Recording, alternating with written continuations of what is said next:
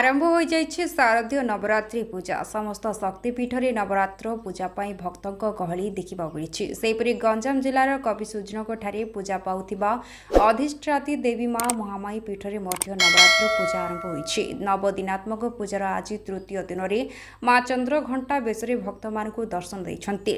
भोरु माँ द्वार फिटा नीति पर बेश और यापर विभिन्न रीतिनीति अनुसार पूजार्चना सहित भक्त मानू माँ दर्शन देते। सेपटे शनिवार होइथिबारु भोरु हजार हजार संख्यार भक्तों भीड़ लागिथिला मंदिर में। सेपटे माँ पाखरे दीप लगैवा एवं मानसिकधारी भक्त माने निजर परिवार उन्नति कामना करी माँ को दर्शन करने बहु दूरदूरांतरू आसीथिबा देखा मिली।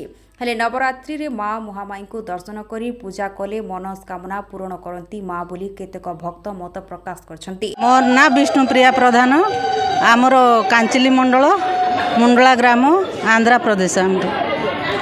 आमे माँ को दर्शन करिया को बहुत वर्ष आसु 4 वर्ष लाणी। माँ मनस्कामना आमर सब पूर्ण होची। आमर माँ प्रति बहुत विश्वास अच्छी। तांकर आशीर्वाद आमे एत पर्यंत आगे आसु। आमर बहुत आशा अच्छी, बहुत आशा सफल होइछि मध्य। माँकर आशीर्वाद तो तांकर कानीपण तले आमर मथा लुईके आमर आगे जाऊँ। तांकर सेतिके आशीर्वाद आम पाखरे थाउ। आमे पुणी आउ थरे आसु। आमे आसु 50-60 लोक आसु।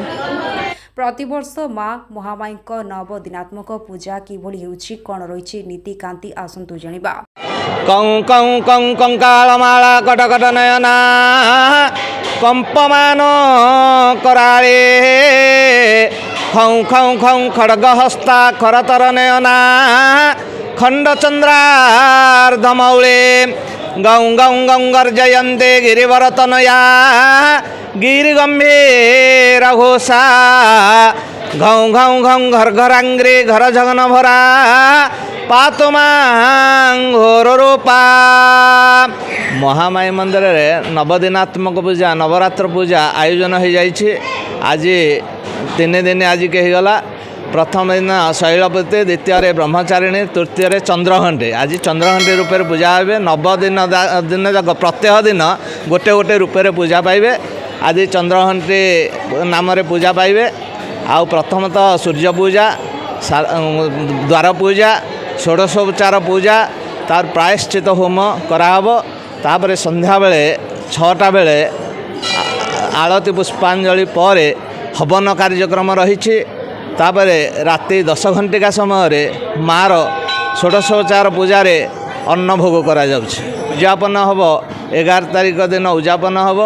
अष्टमी 10 तारिख रे अष्टमी कार्यक्रम करा जिवो। महामाईंकर कामेरे सबु भक्त माने भारी उत्साहित एवं भक्त माने बाहर भी बहुत दूर दूरांतर भी आसी पहुँचते एवं बहुत पूजा जमी चलती लोकंर मन में से भाया उद्यापन उत्साहित चली रही।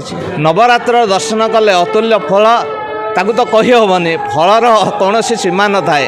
जार जमी मन अनुसार फल ता कही हेनी तो किए केते कार केते मन ठाकुराणी पाखे कार केत मन अच्छी से फल प्राप्त।